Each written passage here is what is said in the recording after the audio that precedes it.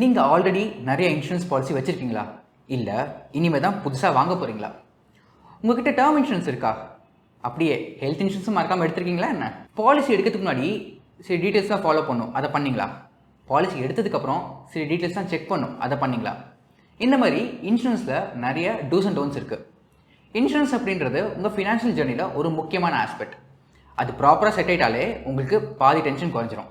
So இந்த Saturday எங்கள் webinar மறக்காமல் அட்டன் பண்ணுங்கள், உங்களுக்கு கண்டிப்பாக யூஸ்ஃபுல்லாக இருக்கும்.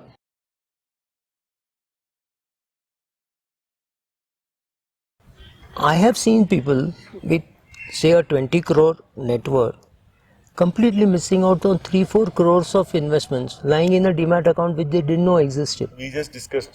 Yeah, we spoke about such people. This is not an insignificant portion of their net worth, No, right? I mean, 20% of your net worth, you don't know where it is. It's like one guy saying, Subra, I have money in this mutual fund, can you check how much it is? So I checked and I asked him, how much do you think could be there? And he said 3-4 lakhs. It turned out to be 74 lakhs. How can you be so far away? It happens to non-accountants. Correct. At least accountants would guess, okay, so much I have put, so many years, so this would have grown. So you need to put a team in place. You need an accountant. You need somebody who can principally talk to you about taxation. He need not be filing your return to tell you, look, your child is 11 years old. If money grows in that child's account, you'll have clubbing. However, when the child is 18, if you withdraw, so next 7-8 years compounding, if it is done in the child's name, it is more tax efficient. Most people don't do it. So understanding the administrative portion, which is very boring. Making sure that your CIBIL statement is checked. No, I don't borrow. But you had bought one bank credit card 10 years ago, which you forgot to cancel. There was 500 rupees charges, which is grown by 18% per year or 36% per year, and today it is 23,000. If you don't cancel it, your credit score is not good. Your credit score is 701. If you cancel it, it becomes 836. You missed out on that opportunity. Nothing wrong, but tomorrow it is lingering, and every year it is increasing at 36%. So you know the power of compounding. Every 36% interest would mean every 2 years it's doubling. So today it is 23,000, which is bad because it started off as 500. 2 years later it will be 46, 92. I mean, we all know the power of compound. Just because you did not pay attention to your CIBIL score. So getting your CIBIL score, getting your NSDL statement, your wife understanding, your children about 12-13 understanding what you are doing, and your wife saying, look, I will not handle real estate, get rid of it during your lifetime. That's a good communication. She's telling you, I will not look for tenants and run behind and collect rent. I don't want to do that. Is this adequate for me to run my life? Yes, get rid of it. I don't want to. These discussions are important. It's not that what food are you going to eat which is important. These things are important. One has to talk. You are not earning money just to grow your money and saying, oh, my net worth has gone up. This money is going to be used. If you don't use it, it will be disused, right? It is horrible for these things to happen, and it is so common. People don't think it is important. Forget you need a personal accountant, you need a personal, if your net worth is 20-25 crores, all these guys put together is going to cost you not more than 10 lakhs. They don't want to spend it. But I mean, look at 10 lakhs, what a percentage is it? Like, I keep telling this to people, you have a house worth 10 crores, you don't want to spend 10,000 rupees on a lawyer to make a will. Is something wrong with you? What percentage is it? 10 crore, 1% is 10 lakhs, 1% of that is 10,000. What are you trying to do? I don't think people are worried about the money being spent. They don't want to sit and have this discussion. It's too boring. They just want to look at sexy things. Oh, I invested in this fund, it has given me 33% return. Party talk. How useful is it?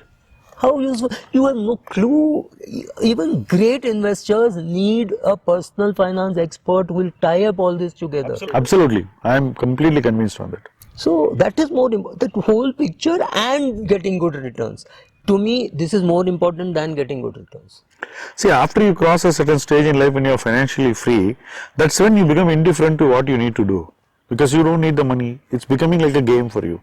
That's when you need to make yourself accept that you need to systematize things, you need to have a periodic review, you need to have everything in place, and you should know where things are on a periodic basis.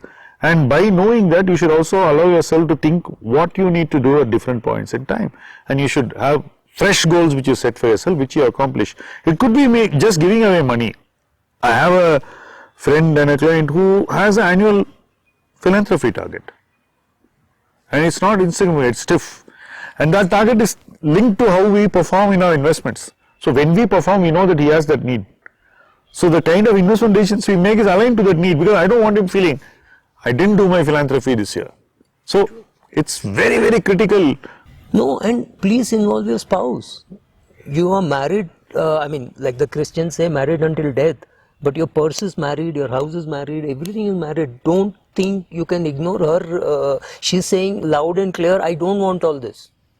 Then don't have it in your portfolio. It is like I say, Morgan Housel says, personal finance is not about finance, it's about personal. I say it's not even about personal, not about finance, it's about your family financial communication that we are talking about. Returns is a very small portion of that. That's a very, very interesting observation to close this video. We all know what we need to do, but we are very hesitant to do what we need to do simply because we feel shy to discuss money with other people who are key stakeholders. We are reluctant to expose our financials to even those whom we need to trust, like accountants or planners, and in the process we keep everything close to the chest and fail in maintaining the housekeeping that such wealth requires.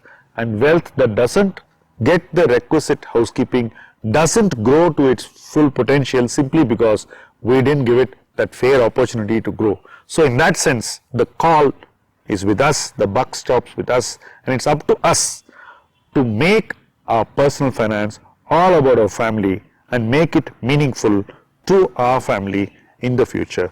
Thank you for watching this video. Thank you, Subra, for this conversation.